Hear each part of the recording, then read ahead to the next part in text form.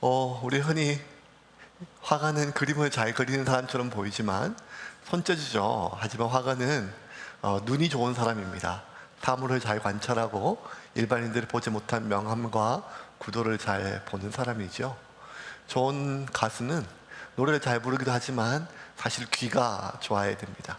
음을 잘 듣고 박자를 잘 들어서 그걸 놓치지 않는 사람이죠. 소설가는 글을 잘 쓰는 것처럼 보이지만 사실은 글 쓰는 능력보다 눈이 참 좋아야 됩니다. 그래서 잘 관찰하고 깊이 있게 보고 들여다보는 거지요. 저는 그런 면에 있어서 소설가 김훈을 되게 좋아해요. 남한산성이나 뭐 칼의 노래나 또 뭐 이렇게 여러 가지 많은 뭐 개 이런 것도 있고 자전거 이야기도 많이 했는데 얼마 전에 또 서점에 갔다가 김훈 작가의 산문집을 하나 샀어요. 이제 나이가 좀 들어서 이제 확실히 좀 늙어가는 이야기를 좀 많이 적더라고요. 그 이야기 대목에 이제 70이 이제 넘었으니까 집 근처에 있는 매일 일산 호수공원에 나가는 모양이에요. 나가서 노인들 이야기하는 거, 또 할머니들 이야기하는 것들 이렇게 잘 보고 그 자다가 어느 날 그걸 잘 메모해서 한 자락 적은 구절이 있는데 제가 그대로 한번 읽어줄게요. 좀 재미가 있었어요. 남자 노인들 한참 얘기하다가 여자 노인들 얘기들을 해요. 할머니 이야기들을. 공원에서 남성 노인과 여성 노인들은 좀처럼 어울리지 않는다. 여성 노인들이 주로 이제 할머니들이 싫어해서 안 모입니다. 여성 노인들이 모여서 주로 수다를 뜬다. 여성 노인들은 그룹별로 모이는 장소가 따로 있다. 그들은 생애 전체와 눈에 보이는 모든 것들을 수다로 바꾸어 놓을 수 있는 놀라운 언어 능력을 지니고 있다. 누군가에게 죽는 얘기가 나오자 아프지 않고 냉큼 죽는 것이 최고의 복이라고 다들 말했다. 오래 아프다가 죽으면 얼굴이 망가져서 추악해진다고 한 여성 노인이 말하자 다른 노인이 아니 뭐 죽어서도 거울 볼 일이 있니? 라고 말했고 또 다른 노인은 내가 거울 보는 게 아니라 염하고 입간할 때 남들이 보니까 걱정이 되는 게 아니냐고 말했다. 또 다른 여성 노인은 예전엔 죽으면 땅에 묻었지만 지금은 우선 냉동창고에 넣었다가 화장터로 가져가니까 얼음 구덩이에 들어갔다가 나와서 또 불구덩이에 들어갈 일이 무섭다고 말했다. 수다는 한이 없었고 결론은 없었다. 늙은 여성들이 젊은이들을 못마땅하게 말할 때 요새 것들이라고 하는 3인칭 복수 대명사를 쓴다. 내가 분석해보니까 요새 것들은 주로 며느리들을 가리키는데 이 며느리는 자신의 며느리일 수도 있고 요새 며느리들을 싸잡아 일컫는 말이기도 하다. 며느리라는 집단을 흉볼 때는 한 명이 말하면 본물 터지듯이 다들 따라한다. 그렇게 여성 노인들은 하루 온종일 죽음을 이야기하다가 요새 것들을 이야기하고 또 죽음을 이야기한다. 저는 이 구절이 되게 마음에 와닿았어요. 뭔가 하면 그들은 전생의 전체와 눈에 보이는 모든 것들을 수다로 바꾸어 놓을 수 있는 놀라운 언어 능력을 가지고 있다. 참 대단한 능력을 하나님이 여성분들에게 주시고 그분들이 늙으면 더 대단한 능력이 많이 나오시는 것 같아요. 그곳에 모인 할머니들이 평생 이야기할 것들이 얼마나 많았겠어요. 어릴 때는 진짜 떨어지는 낙엽 굴러가는 소리만 들어도 까르르 웃을 때는 그 교사 선생님에 대한 설렘을 이야기하기도 하고 또 졸업하고 또 일했던 이야기, 삶의 고단함 이야기, 무뚝뚝한 남편 이야기, 눈에 넣어도 안 아플 만큼 정말 미치도록 이쁜 자식 이야기, 그리고 좀 지나면 미치도록 골칫거리가 되는 자식의 이야기를 또 하기도 하고 돈 버는 이야기, 아파트 이야기, 또 뭐 화장품 이야기 이런 것들 전생에서 이야기할 것들이 얼마나 많고 또 얼마나 많은 이야기를 했겠어요. 하지만 결국 인생의 가장 많은 시간을 이야기하는 시간. 왜냐하면 공부하느라 돈 버느라 애 키우느라 조금 수다 떨 시간도 없었지만 이제 진짜 인생의 대부분을 수다 떨 수 있는 시간이 주어진 자유롭게 그 시간이 주어졌을 때 이야기의 대부분은 무엇인가 하면 죽음에 대한 이야기였다는 것입니다. 결국 죽음 이야기로 돌아와요. 그리고 마지막 죽는 순간에조차도 자식들 보기에 내 마지막 모습이 흉하게 일그러지지 않기를 바라는 마음이 있지요. 그래서 아름답고 예쁘기까지는 아니라 할지라도 그냥 흉하거나 추하게 일그러지지 않기를 바라는 그런 여성의 마음이 있지요.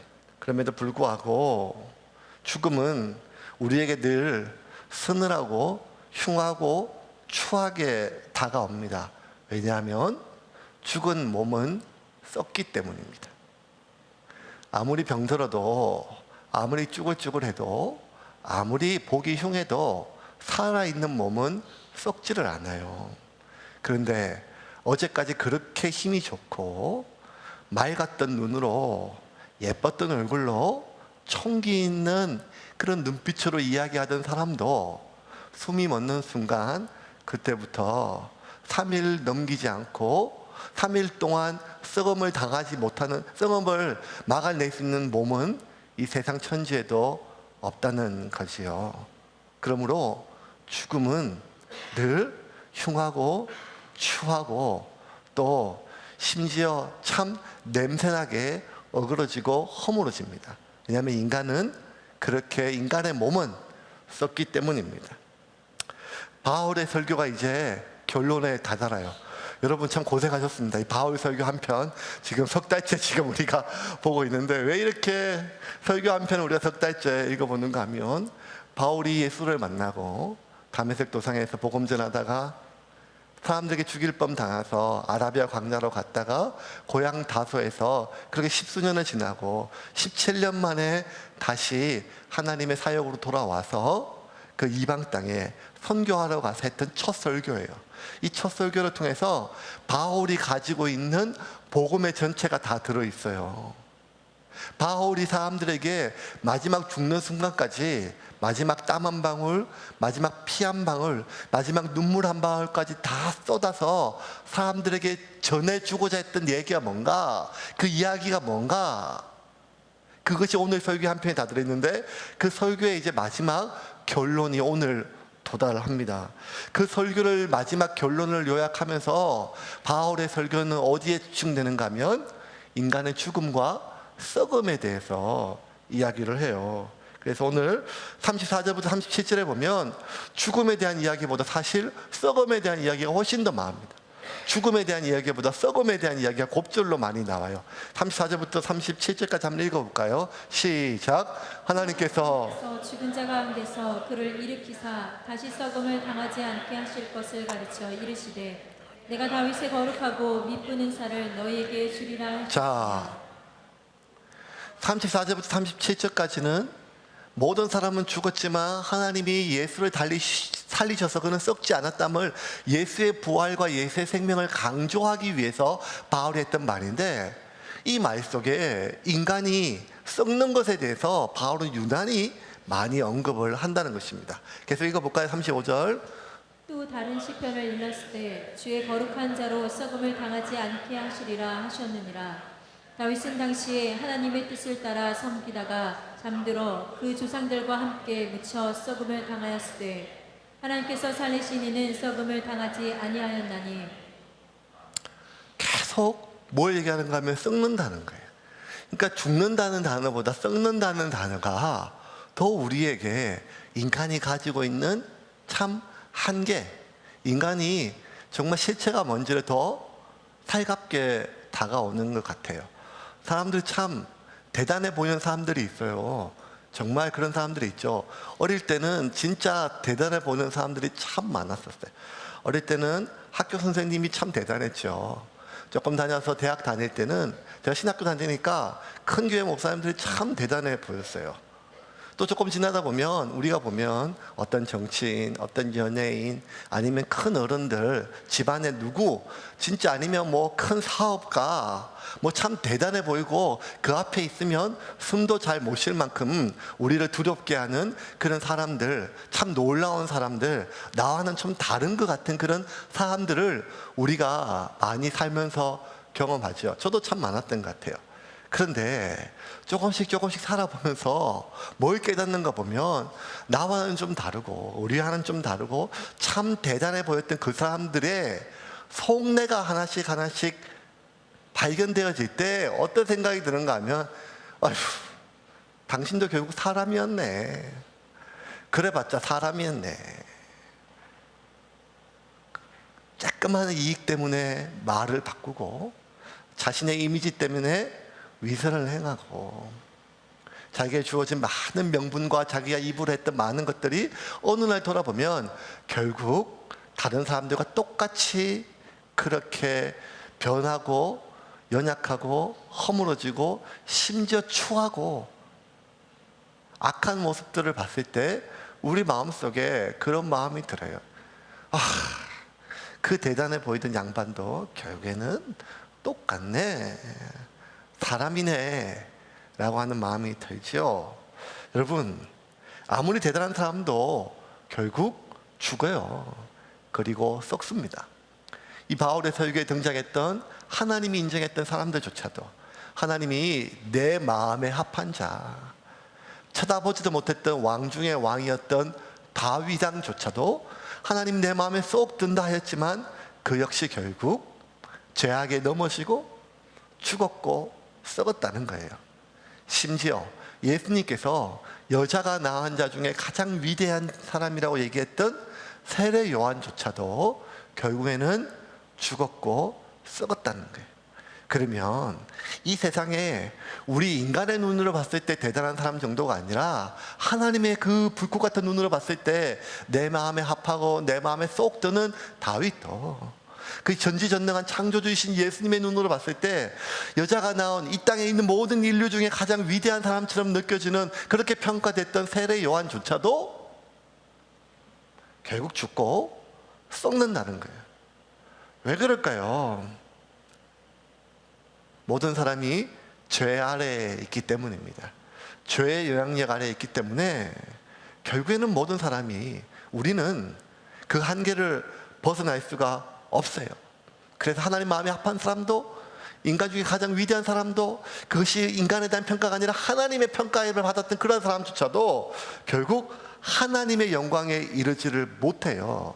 그래서 바울은 로마서 3장 23절에 이렇게 얘기했습니다. 로마서 3장 23절 같이 읽겠습니다. 시작. 모든 사람이 죄를 범하였음에 하나님의 영광에 이르지 못하더니. 여기 중요한 단어는 모든이라는 단어예요. 그 누구도 아무리 위대해도 그 어떤 평가를 받아도 모든 사람이 죄를 범하고 모든 사람들이 죄의 영향력 아래에 있기 때문에 하나님의 영광에 이르지를 못합니다. 의롭지 못하기 때문입니다. 의로운 사람은 없어요. 단 한 명도 없어요. 그래서 10절에 이렇게 바울은 얘기합니다. 같이 읽겠습니다. 시작. 기록된 바 의인은 없나니 하나도 없으며. 자, 이 죄, 모든 사람이 죄, 교회 오면 이 죄에 대해서, 의로움에 대해서 이것만큼 귀에 못이 박히도록 들었던 이야기가 없어요. 하지만 참 실감나지 않지요. 우리가 암의 원인인 유전적인 복잡한 무슨 단백질의 요소, 효소의 변화 이런 얘기나 아니면 체내 진짜 복잡한 그러한 생리적인 현상을 들었을 때 뭔 말인지 도통체 이해도 안 되고 실감도 안 되고 공감도 안 되지만 암의 원인에 대해서는 잘 모르겠죠. 아무리 설명을 들어도 봐도 암의 결과인 죽음과 그 과정인 죽음의 과정인 고통에 대해서는 암에 걸려본 사람은, 암에 걸린 가족을 둔 사람은 누구보다 뼈저리게 그걸 느껴요.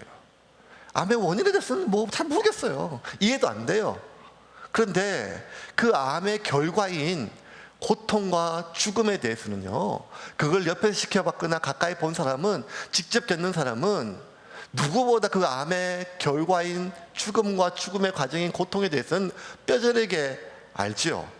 마찬가지로 아담의 죄, 원죄, 죄에 묶인 인간 이러한 말들이요, 우리가 어쩌면 믿어지지도 않고 그냥 믿는다고 하지만 그렇게 인정되거나 공감 가거나 실제로 실감나지 않는 사람이 참 많지요. 교회 다니는 마찬가지입니다. 그 교리예요. 그런데 그렇게 죄의 영향력과 죄에 묶인 죄의 모든 사람이 죄를 범하여 하나님의 영광에 이르지 못했던 이 모든 원죄의 죄의 결과에 대해서 그 죄의 결과인 죽음과 죽음의 과정인 늙어감에 대해서는 우리 모두는 지금 뼈저리게 느끼게 되지요. 되게 웃기죠. 100세 되면요 이제 70도 노인이 아니에요. 그런데 가끔씩 이렇게 젊은 친구들하고 얘기하면 이제 겨우 이제 40 좀 넘었는데 이렇게 얘기해요. 아유, 목사님은 하루하루가 달라요. 40 언저리에, 40 언저리에. 어제 다르고 오늘 또 달라요. 더 웃긴 거는요, 20살짜리 애들하고 좀 이렇게 놀면요, 아, 목사님, 이제는 밤을 못 새겠어요. 한참 때죠, 그거. 이렇게 얘기를 해요. 그 20살이 한참 때면 앞으로 80년을 더 살아야 되는데 언제가 또 한참 되겠어요. 그런데 우리가 느끼죠. 어느 순간 나이 먹는 거는 계산이 안 되지만 눈이 안 보이죠. 무릎이 아프죠. 제일 기가 막힌 것은 기억이 안 나요. 눈앞에 있는데 심지어 나하고 30년 살았던 남편 이름도 기억이 안 날 때가 있어요. 이렇게 하고 자식 이름도. 저희 어머님은 자식 8인데 아직도 제 이름을 부르면 희태야, 희대가 한참 부르다가 막내 하나, 희규야 하고 얻어 걸립니다. 그러니까 인간의 이 늙어감에 대해서는요, 우리가 왜 늙는지, 무엇 때문에 늙어가는지 이런 건 잘 모르겠어요. 하지만 죄의 결과인 죽음, 그리고 죽음의 과정인 늙음, 그리고 죽음의 과정인 또 다른 과정인 질병과 아픔과 고통에 대해서는 우리는 누구보다 뼈저리게 느끼고 공감하고 그 늙어감에 대한 서러움, 아파감에 대한 불안감, 이런 것들은 우리가 다 공감하고 있지 않겠습니까? 그래서 지금 이 사도 바울이 비시디아 안디옥에 있는 그 회당에 모여있는 사람들에게 마지막 예수를 소개하는 모든 과정 속에 정점은 무엇인가 하면 결국 다윗도 죽었고 썩었다는 거예요. 세례 요한도 죽었고 썩었다는 거예요. 하지만 예수는 죽었으나 하나님이 다시 살리셔서 그는 썩지 않았고 그 예수가 우리의 모든 죄의 문제를 해결해 주셨다는 것이 바울의 이야기입니다. 29절 30절입니다. 29, 30절 같이 읽겠습니다. 시작. 성경에 그를 가리켜 기록한 말씀을 다 응하게 한 것이라. 후에 나무에 내려가 무덤에 두었으나 하나님이 죽은 자 가운데서 그를 살리신지라. 자, 바울의 결론은 이 긴 설교의 결론은 너무 단순하고 그리고 명료해요. 무엇인가 하면 다 죽었다, 다 썩는다. 하지만 그 중에 한 명, 나사렛 예수는 하나님이 다시 살리셔서 그는 썩지 않으시고 그 예수로 말미암아 우리가 의로움을 입는 거예요.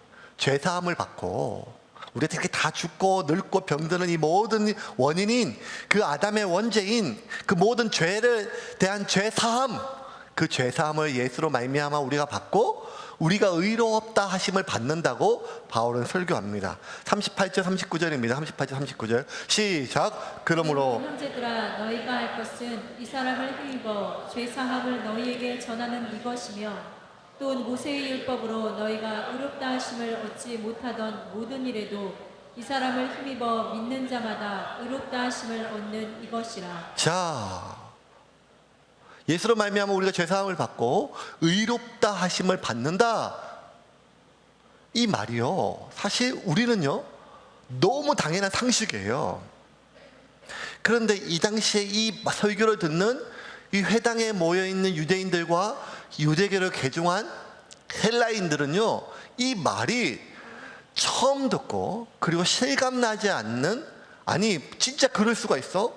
진짜 그럴 수가 있어? 하는 이러한 말로 들리는 놀라운 말이에요. 왜냐하면 그곳에 모여있는 유대인들과 유대교를 개정한 헬라인들은 매일 모여서 뭘 읽는가 하면 선지서와 모세의 율법서를 읽어요. 하지 말라, 술 취하지 말라, 간음하지 말라, 도둑질하지 말라, 살인하지 말라, 거짓 증거하지 말라. 이 수많은 말라 안식일에 일하지 말라.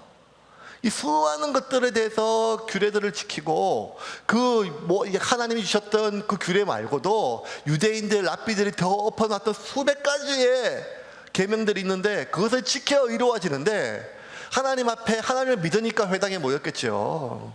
하나님의 창조를 믿으니까 이방인인데도 불구하고 유대교로 개종했죠. 그래서 하나님 백성답게 그렇게 살아보려고 거룩하게 의롭게 살아보려고 노력하면 노력할수록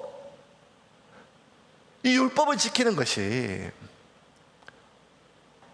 그 말씀대로 살아가는 것이, 의롭게 되는 것이 어려운 정도가 아니라 불가능함을 이들은 누구보다 뼈저리게 느꼈는데, 바울이 뭔가 하면 우리가 의롭게 되는 것은 우리가 그렇게 율법을 지켜서가 아니라 예수가 나를 위하여 죽었고, 그리고 그 예수 안에 있으면 우리가 의롭게 되는 것이 아니라, 의로운 상태가 되는 것이 아니라 의롭다 하심을 받는다는 것을 그들이 충격을 받았어요.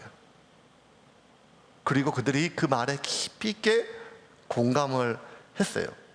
그런데 여러분, 왜 우리는 그토록 자주 그리고 일반적으로 거부감 없이 예수 믿고 천국 가고, 예수 믿음으로 말미암아 죄가 용서받고 예수 안에 있으면 의롭다 하심을 받음에 대해서 당연히 믿어지지만 그것이 우리에게 감동이나 깊은 공감으로 다가오지 않는 이유는 뭘까요? 많은 그리스도인들 중에서도 여전히 예수를 생각하면 성찬식 할 때 1년에 한두 번의 눈물이 아니라 늘 가슴이 아리고, 그 예수가 나를 위하여 십자가에 죽으심으로 말미암아 그 감사함이 늘 십자가에 자신을 묻고 사는 사람들이 지금까지 참 많았다는 것도 우리가 기억해야 됩니다. 그들은 어떤 사람인가 하면 늘 예수 안에서 죄와 싸우고, 죄와 싸우되 피 흘리게 그저 싸우면서 어떻게든지 하나님 안에서, 예수 안에서 살아가려고 몸부림치는 사람들은 내가 예수로 말미암아 의롭게 된다는 사실이 너무너무 실감이 나고 감사함으로, 감격으로 다가와요. 제가 어릴 때 봤던 영화 중에 패왕별이라고 하는 영화가 있어요. 홍콩 스타 장국영이 나와요. 장국영 알면 꼰대예요. 신세대 아니에요.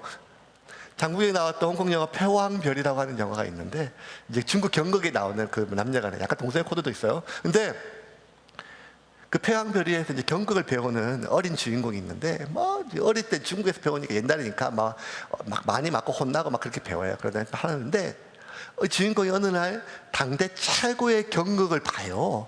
그리고 그 최고의 배우가 경극을 하고 막 노래를 하고 이렇게 막 이상한 분장하고 하는 거 있잖아요. 막 하는 거 있잖아요. 막 그런 거. 그걸 막 보는데 이 어린 주인공이 그걸 보면서 너무 감동을 받아가지고 눈물을 막 흘려요. 그 어린 것이. 뭘 볼 줄 안다고. 그 연기의 깊이와 아픔을 안다고. 눈물을 막 흘려요. 그래서 보고 신기했는데, 그 다음에 이 어린 주인공이 하는 말이 너무 감동해서 하는 말이 너무 웃겼어요. 뭐라고 하는가 하면, 어떻게 저런 소리 낼 수 있을까? 어떻게 저렇게 표정을 지을 수 있을까? 이게 아니었어요. 저는 지금 느끼는 대사가 뭐였는가 하면, 얼마나 맞았을까? 빵 터졌어, 내가. 얼마나 맞으면 사람이 저런 소리를 낼까? 얼마나 맞았으면 저런 동작이 나왔을까? 운동선수들은 알거든요. 쉬워 보이고, 우리가 축구 볼 때는 같은 게, 죄송합니다. 저 바보 같은 게 골도 못 넣어. 막 이렇게 욕하지만, 축구 해본 사람은 그게 쉬운 게 아닌 거 알거든요. 어쩌다가 하면 좀 찬도 우리 당연하게 여기지만, 축구 좀 해보고 해본 사람은 저렇게 차려고 저 사람이 얼마나 노력했는지가 다 보이거든요. 평생 소리 한번 내려고 평생 목에 피가 나도록 소리를 연습한 소리꾼은요, 명창이 신명나게 한번 부르는 노래 한 자락이 그 신명나는 노래 한 자락으로 들리는 것이 아니라 그 한 번의 울림을 내기 위해서 그 사람이 평생 질렀을 소리의 양과 온몸의 고통이 오롯이 몸으로 다가오거든요. 그걸 모르는 사람은 어이구 그놈 참 노래 한번 잘한다. 그걸 끝나지만 그 과정을 위해서 노력해 본 사람은 그것이 쉬운 게 아니란 말이에요. 예수 믿고 죄사함 받고 예수 안에 있으면 의롭다 하심을 받는다는 것이 오늘 하루도 어떻게든지 하나님 안에서 의롭게 살기 위하여 죄와 싸우면서 그냥 이 정도는 뭐 거짓말도 아니지 남들 하는 말이지 배려지 하는데도 그게 아니라 내가 바보 소리 멍청하던 소리 뒤처진다는 소리 들으면서도 정직하게 뭐 하나하나 다 지키면서 말씀대로 살아가려고 피 흘리기까지 싸우는 사람들을 보면 야 그래 얼굴 보지 마 그래서 내가 그런 거니까 뭐 하려고 됐다 그냥 이렇게 먹으면 편한데 하나님이 용서하라고 했으니까 모래를 삼키는 심정으로 또 얼굴을 대면하고 인사를 하고 죽어도 용서가 안 되지만 내가 칼을 삼키는 심정으로 그 손을 맞잡고 어쨌든 왜? 예수 때문에 하나님 때문에 말씀대로 살려고 그렇게 몸부림치는 사람일수록 신기한 건 뭔가 하면 마음에 무거운 마음이 더 많아요. 나 같은 죄인 그런데 진짜 신기한 거는 아무 생각 없이 아무 그냥 불편함 없이 주일날 한번 예배 드려도 나는 절대 하나님이 자녀라고 하는 이 정체를 알 수 없는 그런 확신을 가지고 있는 그런 썬데이 신자일수록 예수 믿고 예수로 말미암아 의로가 되고 예수를 힘입어 죄사함 받는다는 이 말이 아니 그게 왜 안 믿어져? 너무 당연한 거 아니야? 라고 하는 사람이 그렇게 하나님 앞에 죄와 싸우기 위하여 피 흘리기까지 노력하는 사람들의 마음을 어떻게 알겠습니까? 예수로 말미암아 죄사함 받고 예수로 말미암아 우리가 의롭다 하심을 입었다 하는 이 말은 그 회당에 모여있는 유대인들이 의롭다 하심을 받기 위하여 의롭기 위하여 진짜 피 흘리는 사람들은 그 말이 너무 충격이었어요. 그리고 무엇보다 이 설교를 하는 바울이요 유대인 중에 유대인이었고 바리새파 중에 바리새파였고 가말리엘 문화에서 배웠기 때문에 누구보다 의롭기 위하여 몸부림쳤던 바울이 있기 때문에 내가 그렇게 피땀 흘려 말씀대로 살아가려고 아무리 노력해도 말씀을 결국에는 어기고 의롭지 못한 죄인이 되는데 우리가 예수 안에 있을 때 하나님의 의롭다 하심을 받는다는 이 말은 그 말을 전하는 바울도 감격이었고 그 바울의 설교를 듣는 유대인들과 개종한 헬라파 사람들도 감격이었어요.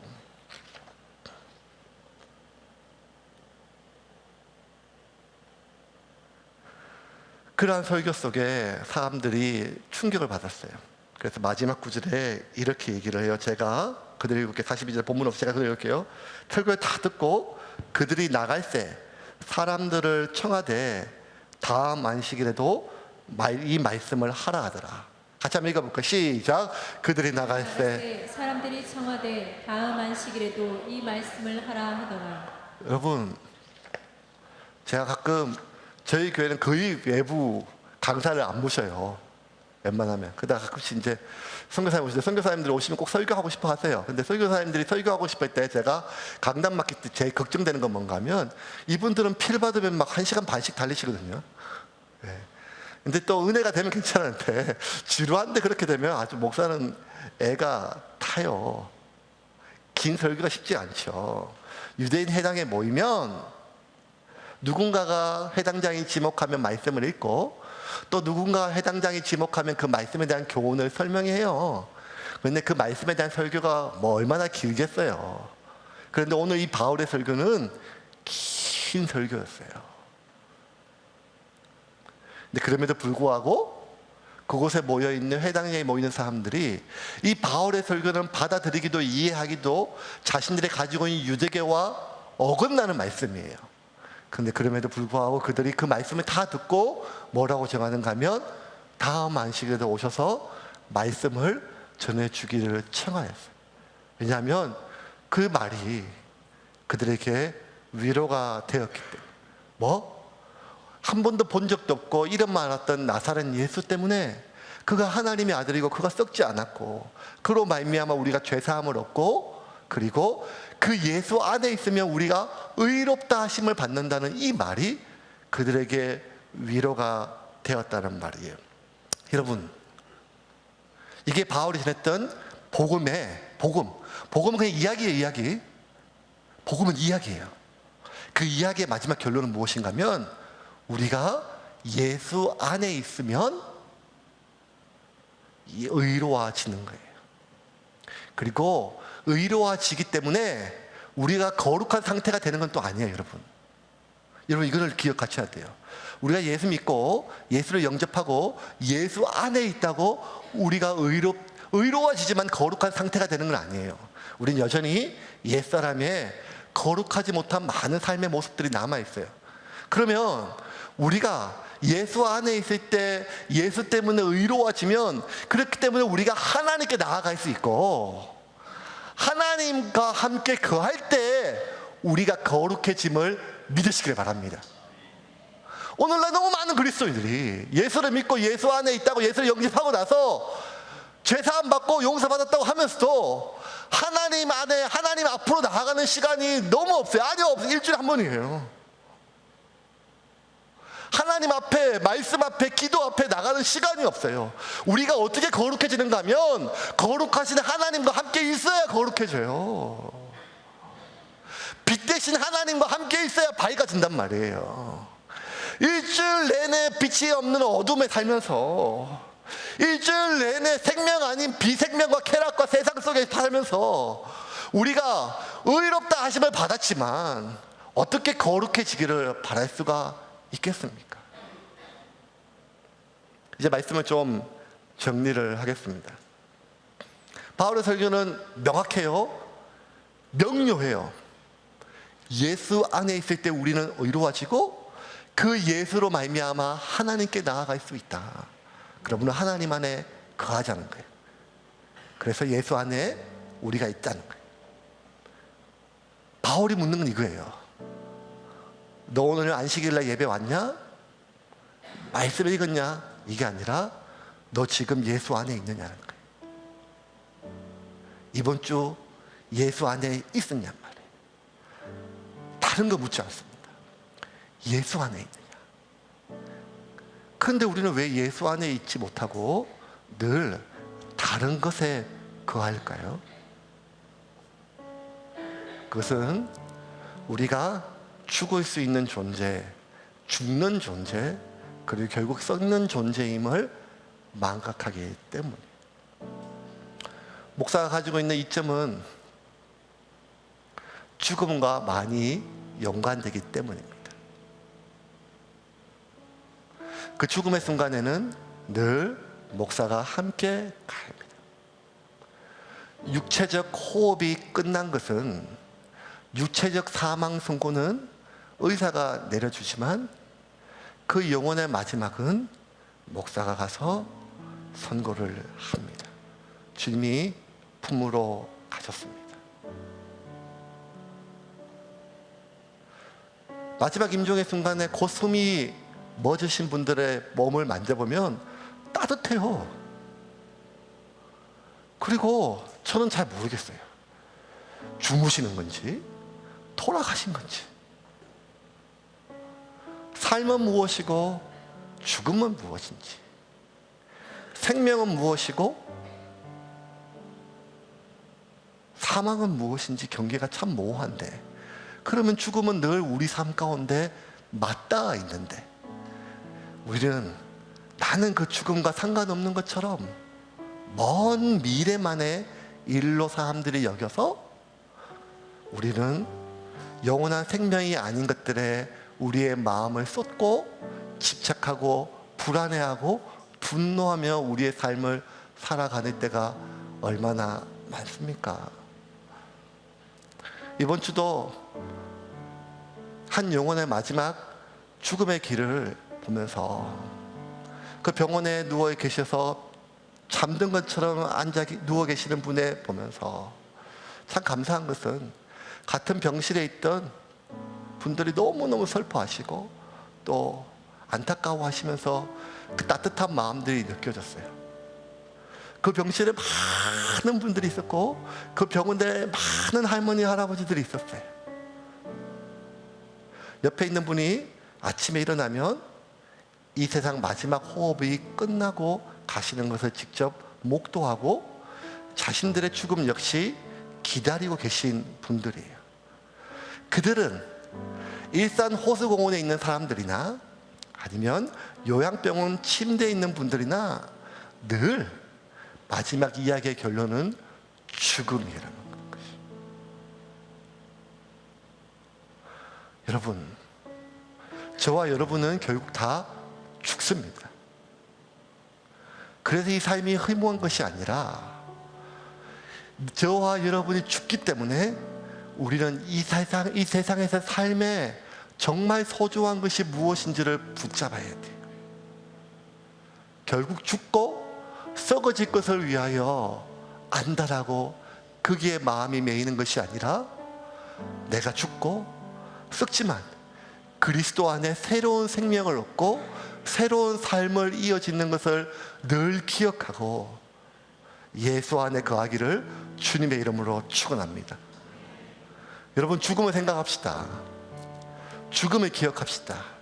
그리고 예수를 생각하고 예수 안에 거할 때 지금 나를 불안하게 만들고 지금 나를 분노하게 만들고 지금 나를 집착하게 만드는 그곳으로부터 자유로워 주님이 주는 평안으로 우리가 들어갈 수 있음을 믿으시기를 바랍니다.